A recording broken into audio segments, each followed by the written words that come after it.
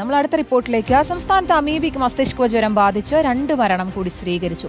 തിരുവനന്തപുരം, കൊല്ലം സ്വദേശികളാണ് മരിച്ചത്. ആക്കുളത്തെ നീന്തലക്കുളത്തിൽ നിന്ന് രോഗം ബാധിച്ച ചികിത്സയിലുള്ള 17-കാരന്റെ ആരോഗ്യനിലയിൽ പുരോഗതിയുണ്ട്.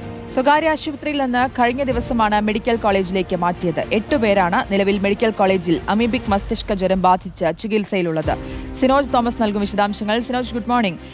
നമുക്കറിയാം, ഈ കഴിഞ്ഞ ദിവസം ഇപ്പോൾ സ്ഥിരീകരിച്ചിരിക്കുന്നത് തിരുവനന്തപുരം, കൊല്ലം സ്വദേശികൾ മരിച്ചു എന്ന് സ്ഥിരീകരിച്ചിരിക്കുന്നത് 11-ാം തീയതിയിലെ മരണമാണ് ഇപ്പോൾ സ്ഥിരീകരിച്ചിരിക്കുന്നത്. ഇതിപ്പോൾ ആശങ്ക ഉണ്ടാക്കുന്ന കാര്യമാണ്. കൂടുതൽ മരണങ്ങൾ ഉണ്ടാകുന്ന കാര്യങ്ങൾ സ്ഥിരീകരിക്കുന്നു. കൂടുതൽ പേർ ആശുപത്രിയിൽ ചികിത്സയിലുണ്ട്. ഈ ചികിത്സയിലുള്ളവരുടെയൊക്കെ ആരോഗ്യനില സംബന്ധിച്ചുള്ള വിവരങ്ങൾ എന്താണ് വ്യക്തമാക്കുന്നത്?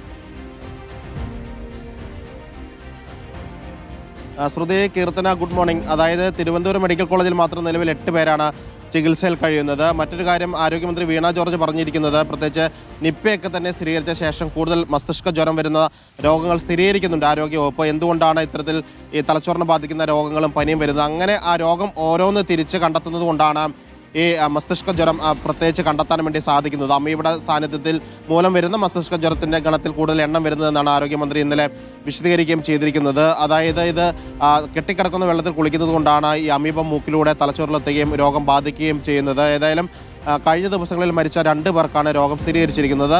52 വയസ്സുള്ള കൊല്ലം സ്വദേശിനിക്കും ഒപ്പം തന്നെ 91 വയസ്സുള്ള മറ്റൊരാൾക്കുമാണ് തിരുവനന്തപുരം മെഡിക്കൽ കോളേജിൽ ചികിത്സയിലിരിക്കുകയാണ് മരിച്ചത്. ഇരുവരും പിന്നീട് നടത്തിയ പരിശോധനയിലാണ് ഇരുവർക്കും രോഗം സ്ഥിരീകരിക്കുകയും ചെയ്തിരിക്കുന്നത്. ഏതായാലും ആക്കുളത്തെ നീന്തൽക്കുളത്തിൽ കഴിഞ്ഞ മാസം കുളിച്ച 4 വിദ്യാർത്ഥികൾ, ഒരു വിദ്യാർത്ഥിക്ക് 17 വയസ്സുള്ള വിദ്യാർത്ഥിക്ക് രോഗം സ്ഥിരീകരിച്ചിരുന്നു. ആരോഗ്യനില മെച്ചപ്പെട്ടു വരുന്നു എന്നാണ് ആരോഗ്യവകുപ്പ് പറയുന്നത്.